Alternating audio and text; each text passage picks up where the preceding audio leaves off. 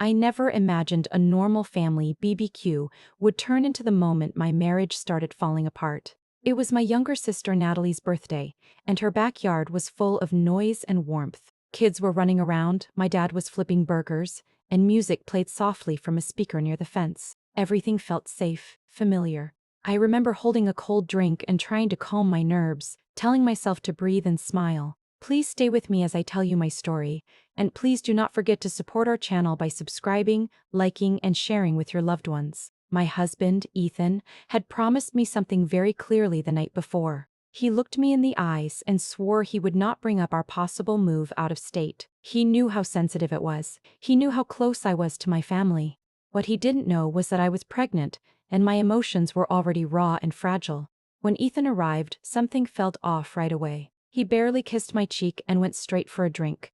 His smile didn't reach his eyes. I tried to ignore the tight feeling in my chest and joined a conversation with my aunt, laughing when I was supposed to. Then, without warning, Ethan's voice cut through the noise. So yeah, when we move next month, Lauren will finally get some distance from all this. At first, I didn't understand what he said. Then the words sank in.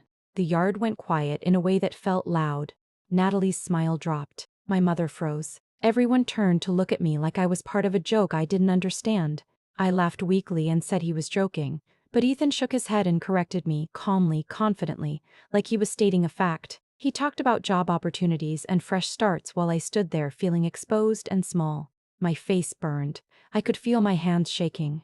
In that moment, I saw the satisfaction in his expression. He wasn't confused. He wasn't careless. He was in control. He had waited for an audience, waited for me to be trapped by politeness and family pressure. As I stood there, surrounded by people who loved me, I felt completely alone. And that's when it hit me. Ethan didn't slip up. He didn't forget his promise. He broke it on purpose, right in front of everyone, so I couldn't push back without looking like the problem. That was the moment I realized my marriage wasn't just cracking. It had already been carefully weakened from the inside. I tried to fix the moment before it fully broke. I smiled too hard and made light comments, hoping people would move on. But the questions kept coming. When were we moving? Where was the job? Why hadn't I said anything before? I didn't have real answers. And every time I hesitated, Ethan jumped in. He corrected me in a calm voice that made me sound unsure. He spoke for me like I wasn't standing right there. I could feel the shift around us. My dad stopped talking and watched closely. My mom's face went still, the way it does when she senses trouble but doesn't want to cause a scene. I felt trapped between keeping peace and losing myself. The laughter around us felt forced now, like everyone was pretending not to notice the tension hanging in the air. I finally pulled Ethan aside near the fence. I kept my voice low, but my hands were shaking. I reminded him of what he promised me. I told him this wasn't the time or place. He didn't listen. Instead, he accused me of making him look weak. He said I should have supported him instead of confusing people. His words were sharp but controlled, like he knew exactly how far he could go without drawing attention. As he spoke, a wave of dizziness hit me. The ground felt unsteady and my stomach turned. I blamed it on the heat and smoke from the grill. I didn't understand what my body was trying to tell me yet. I just knew I needed him to stop, and he wouldn't. Our voices rose just enough for nearby people to notice. Conversations slowed. Someone glanced over. I felt exposed all over again. I asked him to please drop it for now. His jaw tightened. He looked past me, not at me, like I was already an inconvenience. Then he walked away. No warning. No care. He grabbed a beer, joined a group of people I barely knew, and started laughing loudly. His body language was relaxed, almost cheerful, like nothing had happened at all. I stood there by the patio, alone, holding myself together while the party continued around me. The music kept playing. Plates clinked. Someone lit candles on Natalie's cake. I felt smaller than I ever had, shrinking inside my own skin. In that moment, I understood something I hadn't wanted to face. This wasn't about a misunderstanding or bad timing. It was about being talked over, dismissed, and made to feel invisible. And while everyone else celebrated, I stood quietly realizing how easy it had been for him to leave me standing there, unseen and unheard. As the evening slowly came to an end, people began packing up chairs and saying their goodbyes. I was ready to leave and just wanted the night to be over. I looked around for Ethan, expecting him to be near the driveway or inside grabbing his keys. He wasn't anywhere. I checked the backyard, the kitchen, even the front yard. Each time, my chest tightened a little more. I finally asked Natalie if she had seen him. Her face changed before she spoke. She told me he had left a while ago. Angry, without saying anything. No message, no explanation. He had simply driven away. For a few seconds, I couldn't process her words. I stood there holding my purse, waiting for her to tell me it was a mistake. She didn't. I felt heat rush to my face, followed by a sudden wave of sickness. My stomach turned, and I had to sit down. Natalie brought me some water and asked if I was okay. I nodded, even though I wasn't. My phone battery was almost dead, so I borrowed a charger and plugged it in near the wall. My hands were shaking as I called Ethan, straight to voicemail. I tried again. Nothing. The house felt different now. The laughter had faded, replaced by low voices and awkward silence. I could hear bits of conversation from the other room. Someone asked if this kind of thing happened often. Someone else said his behavior didn't seem right. I didn't want to listen, but I couldn't block it out. I felt embarrassed sitting there, like everyone could see how little I mattered to my own husband. The longer I waited, the more real it became. He wasn't coming back for me. He had chosen to leave me behind without caring how I would get home or how I felt. Another wave of nausea hit, and I focused on breathing slowly. My body felt weak, and my emotions were all over the place. I told myself not to cry, not here, not in front of everyone. Natalie stayed close, offering support without asking too many questions. As the minutes passed, something settled inside me.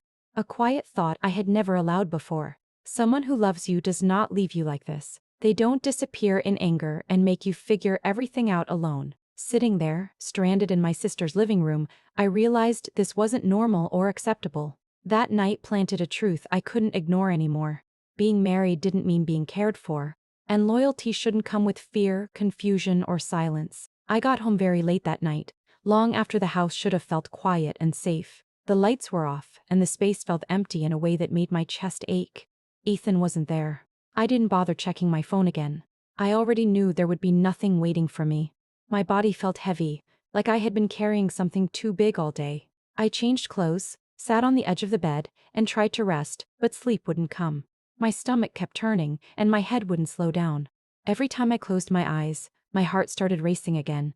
I felt scared, but I couldn't explain why in words. It was like my body understood something my mind was still avoiding. By morning, I felt worse instead of better.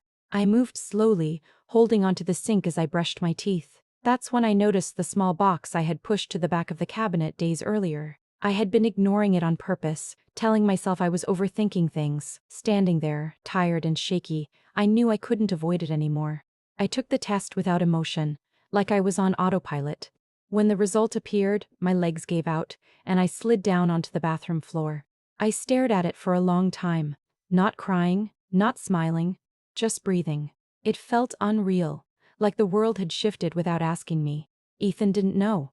In that moment, I wasn't sure he should. My thoughts drifted through everything that had happened recently, not just one night, but a pattern I had brushed aside again and again. The pressure, the control, the way decisions were made for me and explained away as, for my own good. I began to question things I had never dared to question before. What if leaving wasn't about a better future? What if it was about keeping me far from anyone who could see what was happening?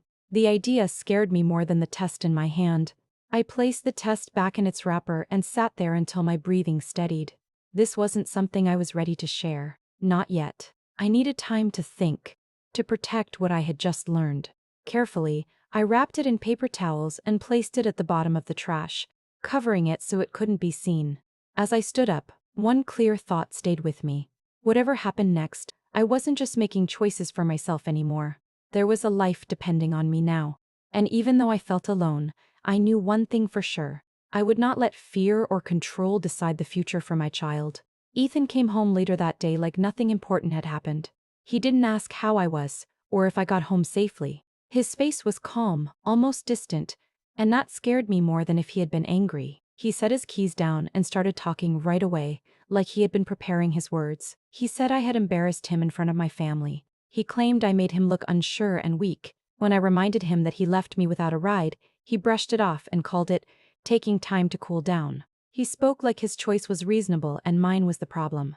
There was no apology, no regret in his voice. Then he laid everything out clearly, as if he was giving me instructions. He said if I wanted our marriage to continue, I needed to fix what I had broken. That meant apologizing in front of my family for causing confusion. It meant agreeing to move away and putting distance between myself and them. He also said I needed to stop letting my family influence my decisions, like I was a child who couldn't think on her own. He mentioned divorce without emotion. Not as a threat shouted in anger, but as a simple option. He said it like he already knew I would choose him, that I would bend because I always had before. His confidence made my stomach tighten. He truly believed I had no other path. I didn't argue. I didn't defend myself. I stayed quiet and listened while he explained my future like it was already decided. On the outside, I looked calm. Inside, something shifted in a way I had never felt before. His words didn't scare me the way he expected them to. For the first time, I saw the situation clearly. He wasn't trying to save our relationship. He was trying to control it. He saw my silence as weakness, not as thought. He assumed my love for him meant I would give up everything else without question. I looked at him and realized he believed I was alone in the world, cut off without him. That belief was his biggest mistake. I still didn't speak, but I stopped feeling trapped. I stopped feeling small. As he finished talking, he waited for my answer with a steady look, certain of the outcome. I nodded slightly, not in agreement, but to end the conversation. He took it as a sign that he had won. But inside, I knew something he didn't. Silence doesn't always mean surrender. Sometimes it means someone is finally paying attention, finally seeing the truth, and quietly deciding they will not live by someone else's rules anymore. After that conversation, I changed how I moved through my days. I didn't argue or ask for explanations anymore. I nodded when needed, and kept my thoughts to myself. Ethan seemed satisfied, like my quiet behavior meant he had full control again. He didn't notice that I was watching more closely than ever. I spent more time out of the house, saying I needed space to think. One afternoon, I met Natalie for coffee. I didn't tell her everything, just enough to explain why I felt shaken and confused. I told her about being left behind, and how small it made me feel. She listened without interrupting, her hands tight around her cup. Then she hesitated and told me something she hadn't mentioned before. She said she had seen Ethan standing too close to a woman from his work during the BBQ. His body language wasn't friendly. It was familiar in a way that made her uncomfortable. Hearing that didn't shock me the way it should have. Instead, it explained a lot. His distance, his anger, his need to push me away from everyone else. I didn't react right away. I thanked her for telling me, and went home feeling strangely clear-headed. That night, I opened a notebook and started writing things down. Dates, short conversations, moments that felt wrong. I kept it factual, without emotion, just the truth, written quietly for myself. I also made an appointment with a doctor on my own. I didn't mention it to anyone. Sitting in that waiting room alone was scary, but it also felt empowering. I was taking responsibility for my body and my future without asking permission. A few days later, I opened a separate bank account. I transferred small amounts so it wouldn't be noticed. Each step felt small, but together they gave me a sense of control I hadn't felt in a long time. I wasn't running. I was preparing. At home, I kept things normal. I cooked, cleaned, and responded politely. Ethan relaxed, believing everything was settling back into place. He talked about plans like they were already decided. I listened without reacting. Inside, I was building something stronger than arguments. I was building options. I was learning that power doesn't always come from loud decisions or dramatic moments. Sometimes it comes from patience, awareness, and quiet action. For the first time in a long while, I didn't feel helpless. I felt steady. I didn't know exactly how things would end, but I knew I wouldn't be caught off guard again. Whatever happened next, I would be ready. Ethan chose the place and the time. He said a family dinner would clear the air and put everything back where it belonged. He wanted me to admit I was wrong and make things right in front of everyone. I agreed without hesitation. He took my answer as proof that I was ready to fall back in line. The table was set neatly, and the room felt tense even before anyone spoke. Plates were passed around, but no one was really eating. Ethan gave me a look, the kind that meant it was my turn. He expected tears or excuses. Instead, I took a slow breath and spoke calmly. I didn't raise my voice. I didn't attack him. I simply explained how I felt when private decisions were shared without my consent. I talked about being left behind and how unsafe and disrespected that made me feel. I used plain words and steady sentences. I wasn't trying to convince anyone. I was just telling the truth. The room stayed quiet. I could feel everyone listening. Ethan's expression changed quickly. His jaw tightened and his face turned red. He interrupted me, saying I was twisting things. When I didn't stop, his tone grew sharp. He accused me of turning the family against him and said I was dramatic and ungrateful. The more I stayed calm, the louder he became. He stood up, pointing, speaking over everyone. In that moment, the version of him that smiled and acted reasonable disappeared. What was left was anger and control, fully exposed. No one tried to calm him down. No one defended his behavior. My parents watched in silence, their faces full of realization. Natalie looked at me with concern, not doubt. For the first time, I wasn't explaining myself alone. Ethan demanded that I say sorry again, right there, and take back everything I had said. When I didn't respond, he laughed in a way that felt bitter and sharp. He grabbed his jacket, said a few cutting words, and walked out. The door closed behind him, and the house stayed quiet. This time, no one rushed after him. No one made excuses. I sat there, hands folded, feeling strangely calm. That night didn't fix everything, but it changed something important. The truth had been spoken out loud, clearly and without fear. And once it was heard, it couldn't be taken back. I stayed at Natalie's place after that night. It was supposed to be temporary, just a few days to breathe, but the quiet there felt different, safe. I slept better than I had in weeks. No tension in the air. No waiting for someone's mood to change. One evening, while we were sitting on the couch, I finally told her the truth I had been carrying alone. The words came out slowly, and my hands shook as I spoke. When she understood, she covered her mouth and started crying. Then she pulled me into a tight hug and told me I wasn't facing this by myself. Her reaction wasn't fear. It was protection. It was strength. Not long after, my parents found out too. I expected questions or hesitation, but instead, they closed ranks around me without delay. My mother stayed close, checking on me constantly. My father became quieter but more present, like he was guarding something precious. Their support filled a space I hadn't realized was empty for so long. Meanwhile, my phone kept lighting up. Messages from Ethan came in waves. At first, they sounded calm and reasonable. He said we needed to talk things through. Then the tone shifted. He said I was tearing the family apart. He claimed he was being treated unfairly. Every message painted him as the one being hurt, the one being pushed away. Reading them from a distance made everything clear. I saw the pattern without confusion now. Whenever he lost control, he turned himself into the victim. Whenever I stood my ground, he tried to pull me back with guilt. None of it was about understanding or change. It was about power. I didn't reply right away. I didn't rush to explain myself. I spent time with Natalie, with my parents, surrounded by people who didn't question my worth or my choices. I realized how carefully I had been separated from this kind of support before. Not by accident, but by design. That realization hit harder than any argument. I was never as alone as I had been made to feel. I had people who loved me, who showed up without conditions. The idea that I had nowhere else to go was never true. It was just something I had been told long enough to believe. As the days passed, Ethan's messages became more urgent. He wanted me back under his rules, his version of peace. But I no longer felt pulled toward that world. I felt grounded where I was. For the first time, I understood his real fear. It wasn't losing me. It was losing control over me. And once I saw that clearly, I knew I would never give it back. We agreed to meet at a quiet cafe, neutral ground, so neither of us could claim the house or the family as leverage. I walked in first, ordered a coffee, and waited. When Ethan arrived, he looked composed, but I could feel the tension in his jaw and the tightness in his shoulders. He expected me to bend, to beg, to apologize. I didn't. We sat across from each other, the table between us a thin line of civility. He started immediately, his voice low but urgent, trying to pressure me into agreeing to move, to apologize publicly, to leave my family behind. He painted it as the only way to save our marriage, the only way to avoid disaster. I listened quietly, sipping my coffee, letting his words pass over me without reaction. When he paused, I spoke clearly, slowly, choosing each word.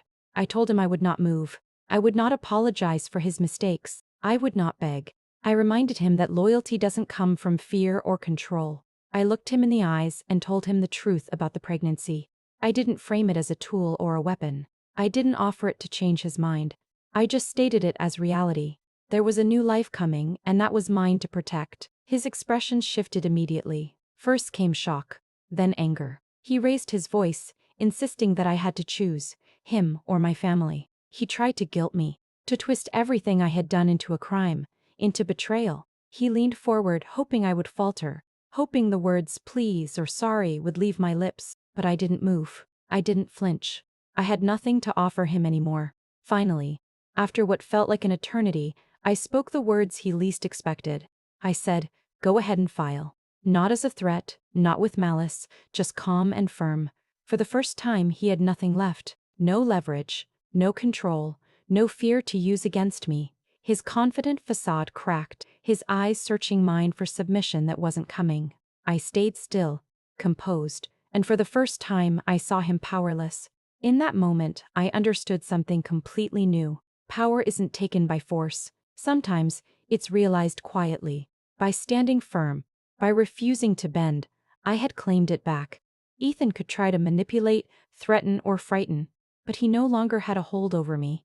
Not in words, not in actions, not in life. I was finally free to choose. After that last meeting, I didn't look back. The tension that had shadowed my life for months began to lift slowly, like sunlight breaking through clouds. Ethan's threats, his anger, his attempts to control me, they no longer mattered. His absence was not emptiness, but freedom.